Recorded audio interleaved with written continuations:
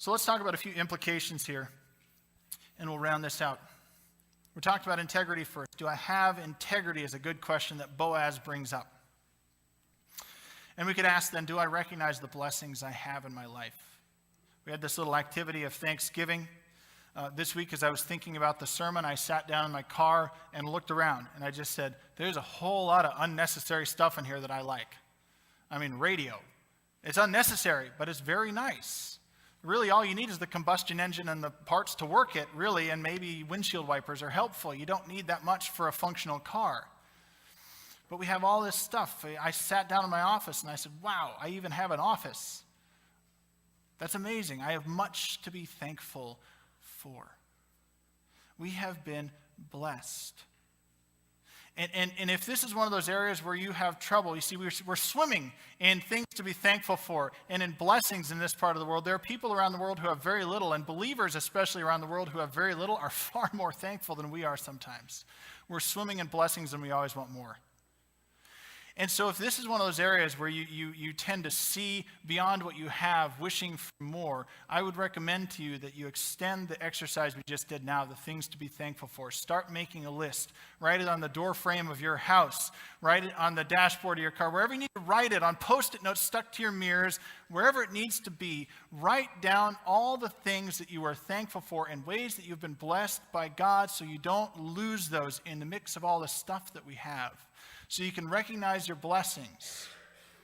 It's a good place to start. And among one of those, if this is one of your issues, write down, you are blessed. I am blessed.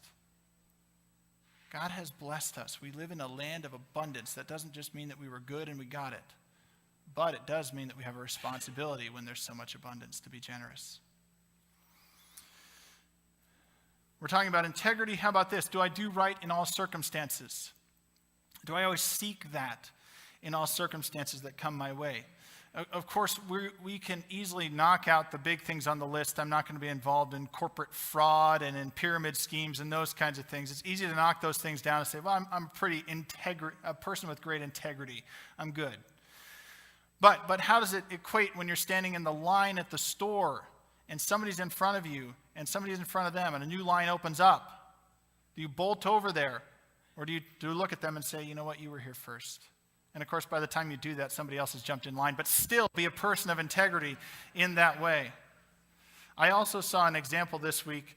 There are a whole lot of ways that we can look at doing right. I looked it up online. You can look it up. All you'll see is office place, being a person of integrity in the office place. And one of the scenarios was you use the washroom as an employee, toilet paper runs out, and there's none obviously around, so as a person of integrity, you walk down to the storage room instead of waiting for the cleaning company to come that night and replace it. And that's an example of integrity. I'd have to say that if you're a person who wouldn't replace the toilet paper in that scenario, you don't lack integrity, you lack compassion. So it was an interesting scenario. Do you do right in all circumstances? And then do you stand on your own word? Do you stand by what you say? And let me just point out that there can be a couple of areas within church life where we don't quite measure up on this one. And one of them is, I'll pray for you. Or sometimes we say that as a placeholder rather than a promise. It's a piece of conversation rather than something we'll do. Do we stand by what we say? Or bring back in the maybe culture.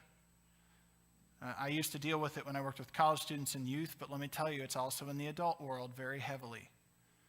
That we say, maybe I'll come to something on Sunday night. Maybe I'll go to this. Maybe I'll go to that. But we really mean no. And we just don't want to hurt somebody's feelings. And then we don't show up.